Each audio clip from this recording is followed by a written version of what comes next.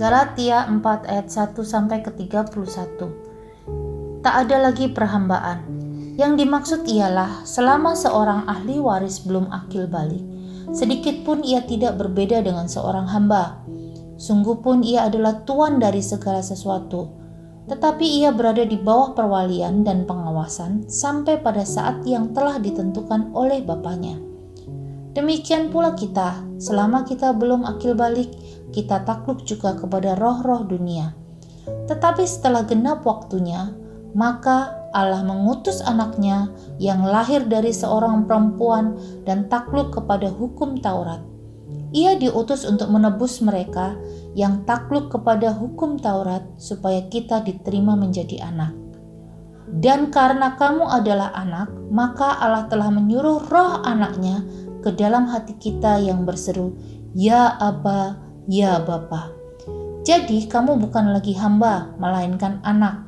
Jikalau kamu anak, maka kamu juga adalah ahli-ahli waris oleh Allah. Dahulu ketika kamu tidak mengenal Allah, kamu memperhambakan diri kepada Allah yang pada hakikatnya bukan Allah.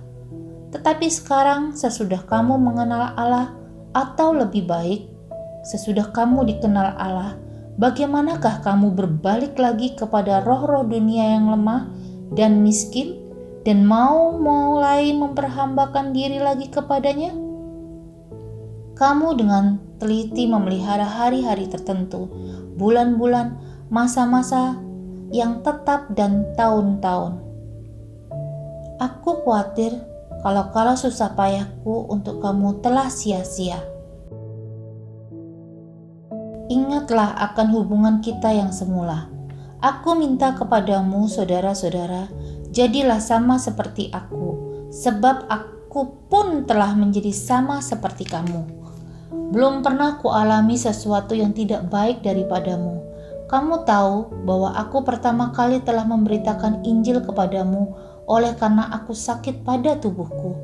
Sungguh pun demikian keadaan tubuhku itu yang merupakan pencobaan bagi kamu, namun kamu tidak menganggapnya sebagai sesuatu yang hina dan yang menjijikkan. Tetapi kamu telah menyambut aku sama seperti menyambut seorang malaikat Allah, malahan sama seperti menyambut Kristus Yesus sendiri. Betapa bahagianya kamu pada waktu itu, dan sekarang di manakah bahagiamu itu? Karena aku dapat bersaksi tentang kamu, bahwa jika mungkin kamu telah mencungkil matamu dan memberikannya kepadaku. Apakah dengan mengatakan kebenaran kepadamu, aku telah menjadi musuhmu? Mereka dengan giat berusaha untuk menarik kamu, tetapi tidak dengan tulus hati, karena mereka mau mengucilkan kamu, supaya kamu dengan giat mengikuti mereka. Memang baik kalau orang dengan giat berusaha menarik orang lain dalam perkara-perkara yang baik, asal pada setiap waktu dan bukan hanya bila aku ada di antaramu. Hai anak-anakku, karena kamu aku menderita sakit bersalin lagi, sampai rupa Kristus menjadi nyata di dalam kamu. Betapa rinduku untuk berada di antara kamu pada saat ini dan dapat berbicara dengan suara yang lain, karena aku telah habis akal menghadapi kamu. Hagar dan Sarah.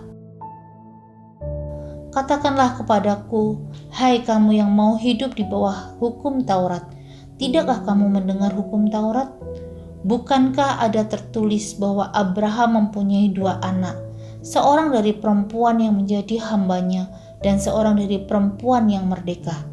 Tetapi anak dari perempuan yang menjadi hambanya itu diperanakkan menurut daging, dan anak dari perempuan yang merdeka itu oleh karena janji.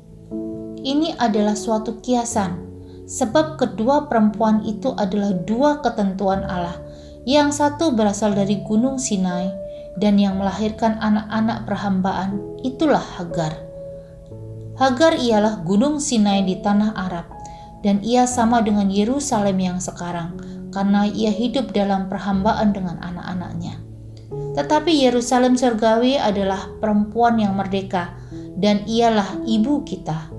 Karena ada tertulis, bersukacitalah hai si mandul yang tidak pernah melahirkan.